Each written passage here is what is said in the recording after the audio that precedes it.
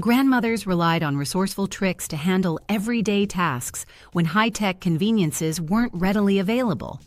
These methods used common household items in creative ways, focusing on simple, budget-friendly solutions. Even in our modern era, many of these ideas still work surprisingly well, highlighting how timeless, hands-on know-how can solve practical problems without breaking the bank or relying on complicated technology. Number 1. The sock and rice trick.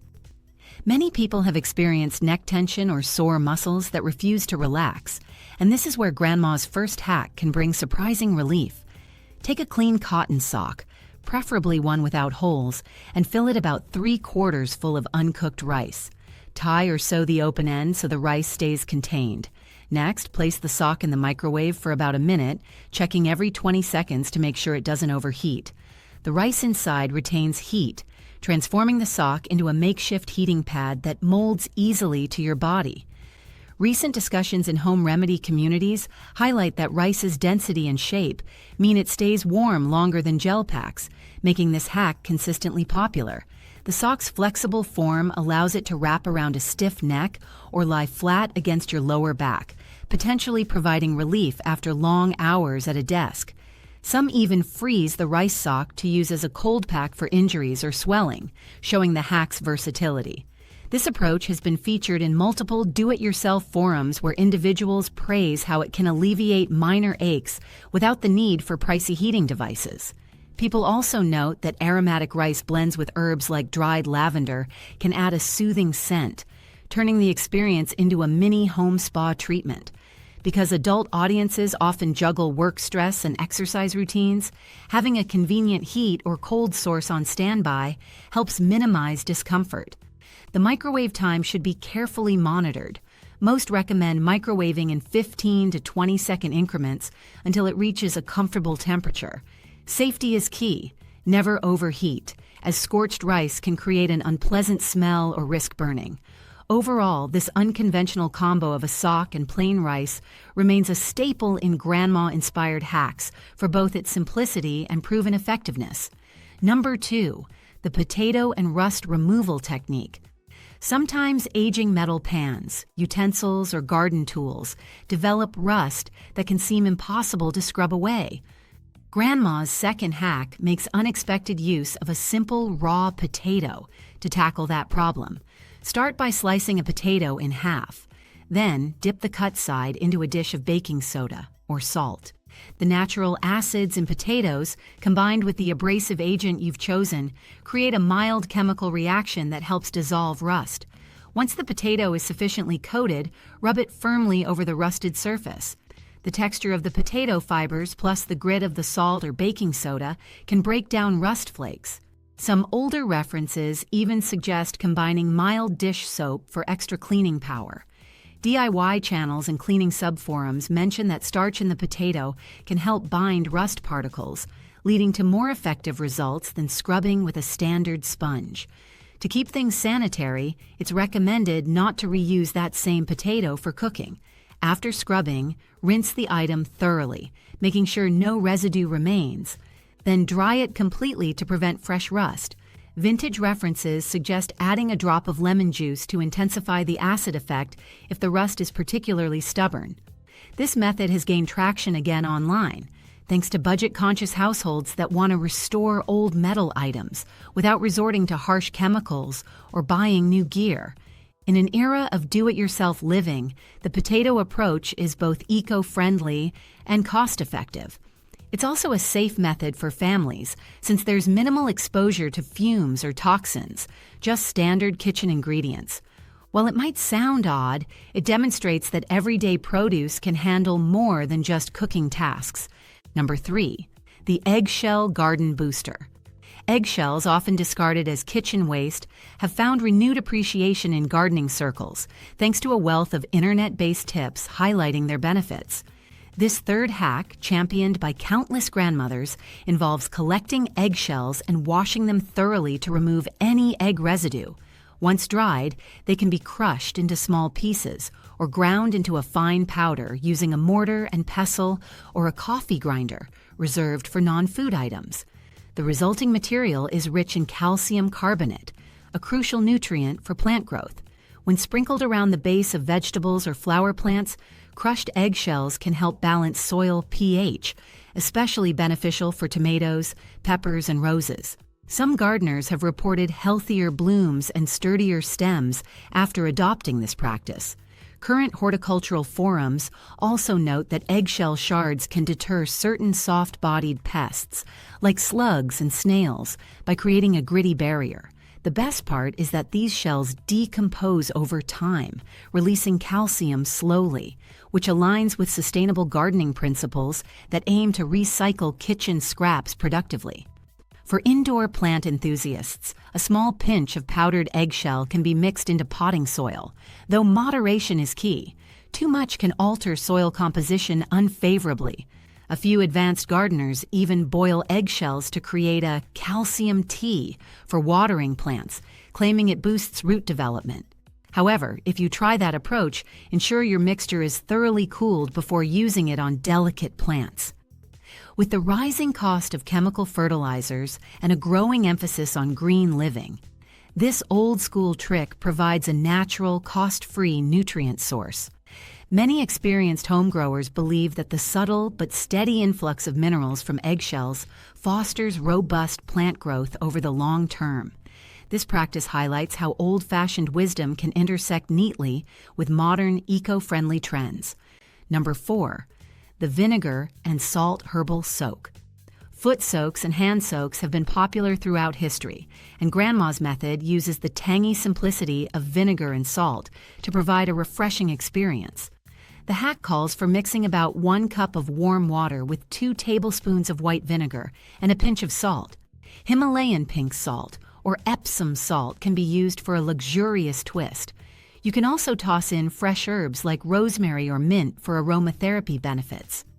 Vinegar contains acetic acid, which is often discussed for its potential to cleanse and neutralize certain bacteria on the skin's surface, making this soak a budget-friendly alternative to spa treatments.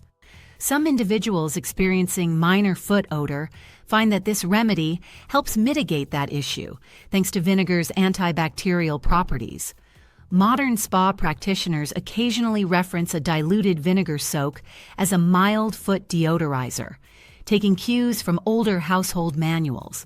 Proponents also believe that adding magnesium-rich salts can ease mild aches after a long day standing or walking. This hack resonates with the adult audience who might be on their feet at work or managing daily household chores. For hand care, the same solution can help soften cuticles before a manicure. The ratio of vinegar to water should be adjusted if you have sensitive skin, and it's wise to do a quick patch test first. Online reviews of similar foot soak recipes emphasize the importance of rinsing thoroughly afterward to prevent the lingering vinegar smell, though adding fragrant herbs can offset that concern. Many thrifty users tout this method as a soothing spa day alternative that requires no fancy lotions or specialized equipment, underscoring the timeless nature of grandmotherly ingenuity. Number 5. The onion skin fabric dye. The next hack, used in many older households, repurposes onion skins to create a subtle yet warm-toned dye for fabrics. By collecting the papery peels from yellow onions, you can brew a dye bath that imparts hues ranging from pale gold to a richer, earthy tan. To do so, fill a large pot with water and add a generous amount of onion skins. Simmer the mixture for about 30 minutes to extract the pigments. Once your dye liquid has taken on a deep color, strain out the skins and carefully place pre-soaked natural fabrics, like cotton or linen, into the pot. Allow the cloth to simmer, checking periodically to see the color development. Those who desire a deeper shade can leave the fabric in longer. Traditional craft forums suggest adding a tablespoon of vinegar or salt to help set the color. These natural fixatives can make the dye more permanent, ensuring it doesn't fade as quickly after washing. Some crafty enthusiasts experiment with red onion skins, which can produce slightly different tones, though typically more muted than commercial dyes. Because onion skins are essentially free, This method is favored by people interested in sustainable fashion or cost-effective craft projects. In modern times, slow fashion movements emphasize reducing waste and embracing eco-friendly dyeing methods. This approach echoes those values by using what would otherwise be compost or trash. Grandma's old trick also avoids synthetic chemicals that can pose environmental concerns. Admittedly, naturally dyed fabrics may not have the same vibrancy or fade resistance as commercial options, but they exude a unique charm. Those who try it are often surprised at how easy the process is, revealing a whole new realm of color experimentation through basic kitchen scraps. Number 6. The chalk odor absorber. Chalk isn't just for classrooms. Grandma's next hack harnesses plain chalk sticks to tackle unpleasant smells in enclosed spaces. By placing several pieces of chalk in areas prone to dampness, like closets or storage boxes, you create a simple but effective moisture-absorbing system. Chalk naturally soaks up moisture from the air, which in turn reduces the musty odor that can accompany humidity. As a bonus, less moisture often means fewer mildew issues. Some people swear by hanging a small muslin pouch filled with chalk dust in the closet, although many prefer intact sticks because they're less messy.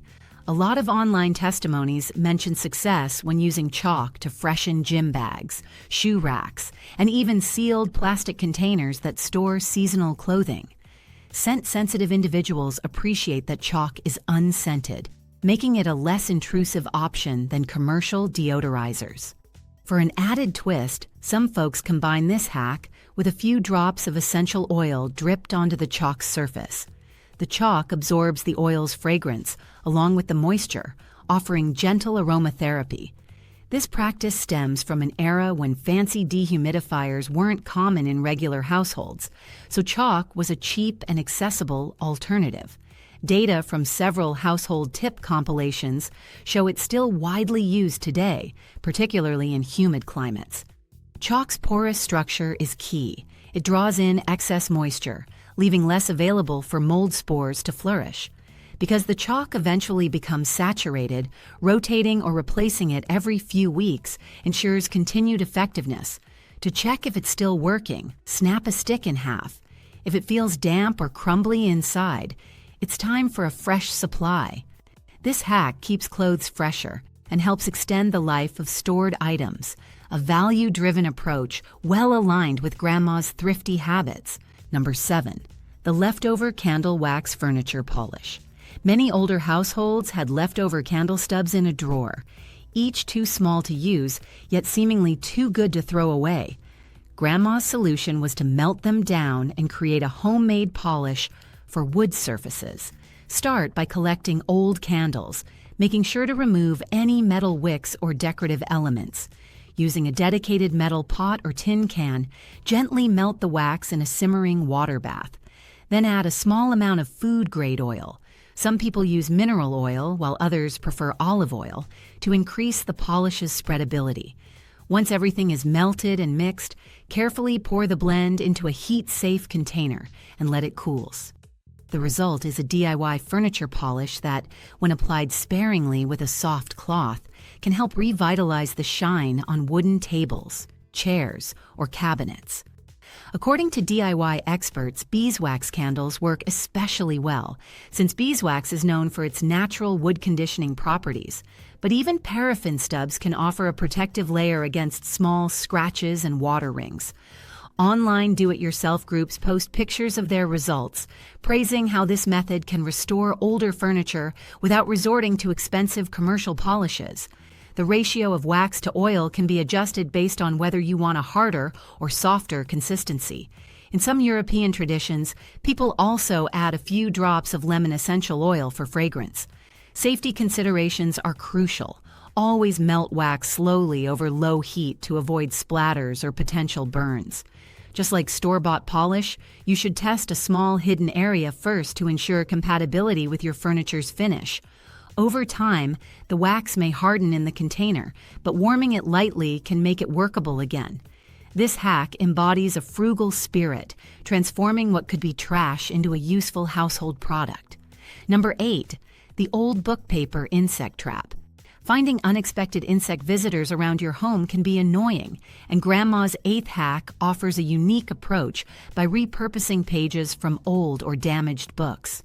While no one advocates destroying valuable literature, sometimes you end up with books that are water-damaged or missing pages, making them impractical to keep. These pages, rolled into small cones and secured with tape at the narrow end, can form makeshift traps for flies or fruit flies when placed in a glass or jar containing a sweet attractant, like a bit of juice, vinegar, or fermented fruit scraps. The cone shape allows bugs to enter for the tempting scent, but makes escape more difficult. This method is a variation on the classic paper funnel trap. Grandma's spin might include rubbing a small dab of honey on the inside of the cone to lure insects upward. Sustainability-minded folks appreciate that this technique uses paper destined for recycling. Current forums on eco-friendly pest control highlight how it's less risky than chemical sprays. A little soap in the liquid can reduce surface tension, causing the insects to sink once they land. People who have tested it note that it's a slow but steady solution for fruit fly infestations, especially during warmer months. It's most effective when multiple traps are placed around the home, especially near kitchen counters or trash bins. Some prefer narrower or shorter cones, and they experiment to find the shape that best thwarts escape attempts. Another tip is to replace the attractant every few days to keep it potent. While many modern pest control gadgets exist, this old-fashioned cone trap remains budget-friendly, chemical-free, and surprisingly reliable, illustrating how resourceful methods can outdo fancy store-bought items in certain cases. Number 9. The bread reviver hack. Stale bread often gets thrown away, but Grandma's trick can bring it back to life, sparing it from the trash. Using a piece of stale bread, lightly dampen the crust with water. Some people just run it briefly under a faucet, while others use a spray bottle to avoid oversaturation. Next, wrap the loaf or slices in aluminum foil and place them in a preheated oven at about 300 degrees Fahrenheit, 150 degrees Celsius. Heat for 10 to 15 minutes, then remove the foil and continue to bake for another couple of minutes to crisp the outside. The steam generated inside the foil helps rehydrate the dry bread, making it softer. Dedicated cooking blogs and zero-waste enthusiasts confirm that this technique can produce results surprisingly close to fresh-baked bread. If done carefully, it can help avoid the expense of buying new bread prematurely. Many families with an eye on cutting food waste use this hack regularly, especially for artisan loaves that can turn rock hard within a day or two. Monitoring is essential, however. Too much water can lead to a soggy interior. Too little can result in the bread remaining dry.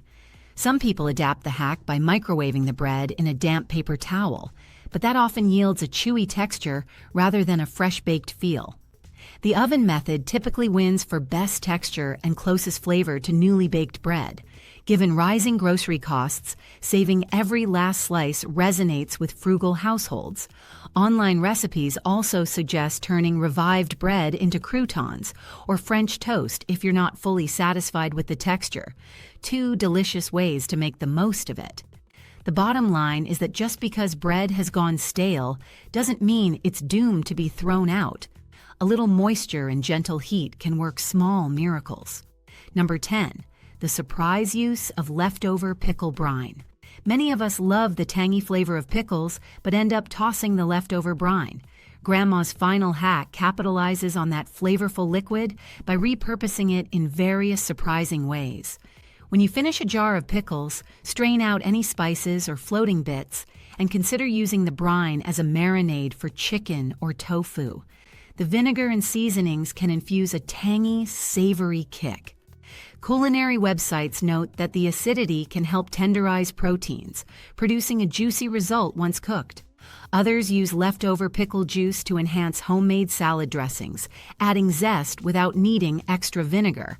Some adult audiences appreciate using it as a mixer for cocktails. Pickleback shots, for instance, mix pickle brine with whiskey. Meanwhile, if you have a green thumb, lightly diluted pickle brine can sometimes help acid-loving plants, though caution is key since excessive salt can harm soil. A few home cooks add a small splash to soups or stews, brightening the flavor and reducing the need for extra salt.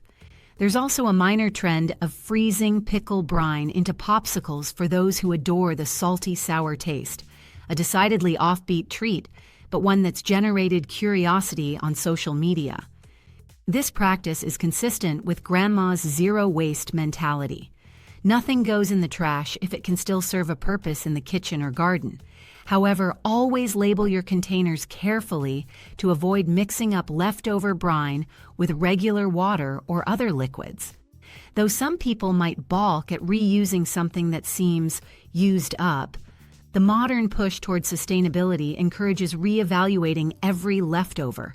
This brine hack exemplifies how a bit of creativity can turn what was once considered waste into a cherished secret ingredient.